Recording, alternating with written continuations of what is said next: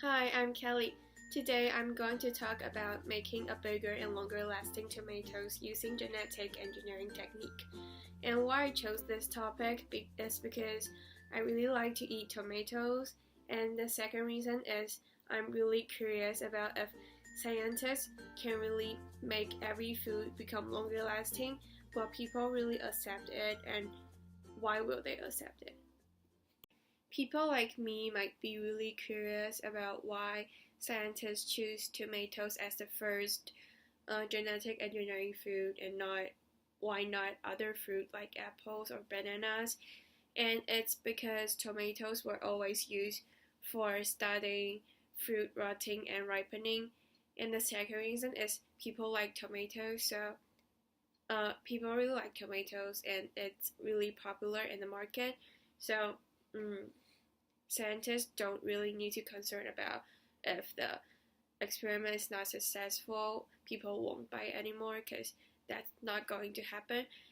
So in 1994, the Flavor Saver, which is the name of tomatoes, which have a bigger and longer lasting life, is being the first commercially grown genetically engineered food. And why did the scientists try to do genetic engineering tomatoes is because 40% of the fruit in the world are being wasted, and that's a lot of food, right? The second reason is if the breakthrough, like if this experiment is successful, people really accept it. They can try to make more genetic engineering fruit like bananas or apples, and that can really reduce a lot of issues like starvation.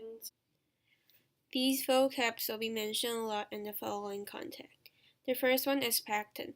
It's a component of the tomato cell wall. The second one is polygalacturonase enzyme, and I'll just call it PG enzyme because it's too hard to pronounce the whole name. So it basically degrades pectin and causes the tomatoes to start soften. The third one is antisense technology. It's a really important step for making Flavor Saver because it interferes the production of PG enzyme. In order to get a new trait, the plasmid is first removed from the agrobacteria, and the tDNA is cut by a restriction enzyme so that the foreign DNA can now be combined with the TI plasmid. But now, the plasmid is no longer called the TI plasmid. It's called the recombinant TI plasmid. And the recombinant TI plasmid will be reinserted into a bacterium. The DNA will first go through transcription and produce mRNA. Well, the mRNA won't go through translation because the antisense RNA is being injected, and this preventing the translation of the RNA message at the ribosome, thus preventing the protein synthesis. So this protein is the PG enzyme. So there won't be any PG enzyme being produced. And now I'm going to talk about some pros and cons about having genetic engineering food.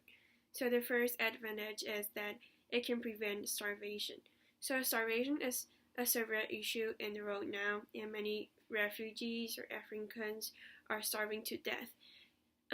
Genetic engineering food can be keep for a longer time, so they don't need to worry about not having enough food.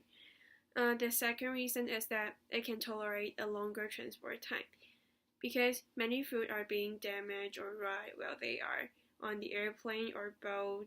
So if there are genetic engineering food, they can promise that they will export fresh and nice fruit.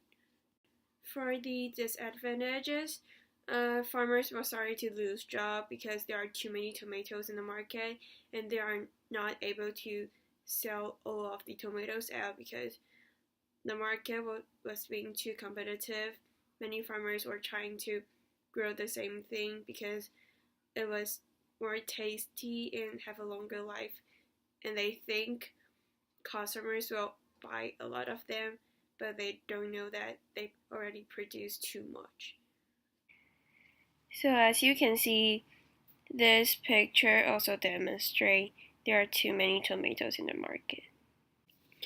So unfortunately, the Flavor Saver is not popular in the market and no one is buying it. But in my opinion, I think farmers and companies should keep selling genetic engineering tomatoes because it has lots of advantages and it can really solve a lot of problems.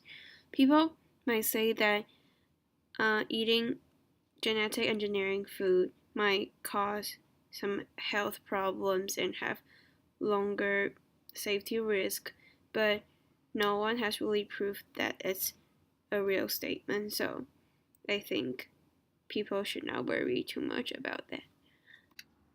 So now look at the graph down below.